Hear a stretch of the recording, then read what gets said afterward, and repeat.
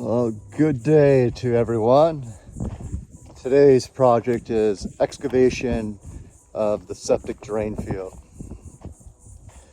So they want a drain field for this 4-bedroom house, 2.5 bath. They want a drain field that is 20 feet wide by 57 feet long. So that's gonna go on the side of the house right here. It's gonna have 5 runs of trenches or trench like leach beds. So there's the pipes. So the tank is probably gonna move back in line with the house. 2 tanks, one for the laundry and one for the septic. So right here, it has to be 5 feet away from the house. It's gonna start 20 feet out, which will bring it somewhere right on the side of this ditch, and we'll run about 20 feet past the house. So I gotta dig 5 feet of fill out of here, and they gotta come inspect that, and then I gotta fill it back in with sand. I'm gonna use the big excavator to dig it today. Should be a quick project. We gotta just be careful not to hit the house with the swing, and hopefully we don't break anything on the equipment, but it should go pretty quick. Let's get after it.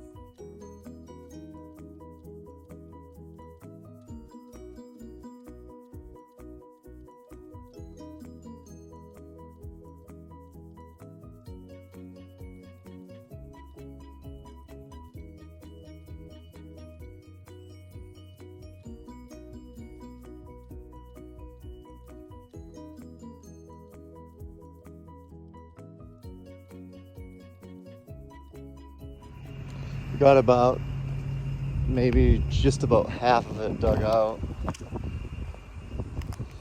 I'm just roughly guessing, so I probably over excavated it a little bit. I'll go down there and measure. It's 20 feet wide, but that's coming along. It's going pretty quick. As long as nothing breaks, we should be done in a little bit. Looks like it's gonna rain, obviously. Perfect timing, so I can have a swimming pool out here for a while. We put all this dirt, try to fill in this hole right here. All right, let's get after it.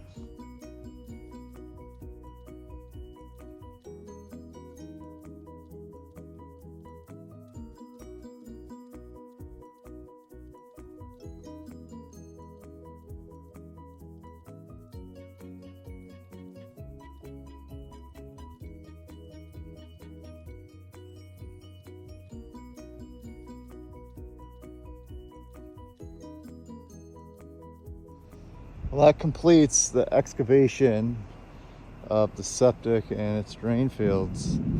Now they have to come out and inspect to make sure that I dug the dirt out.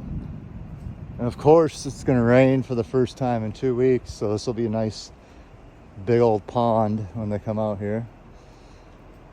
But that's about 250 cubic yards of fill that I have to get now, which is awesome. It's got to be all sand, so all the water leaches out through the septic chambers, and that's how they work, the septic field.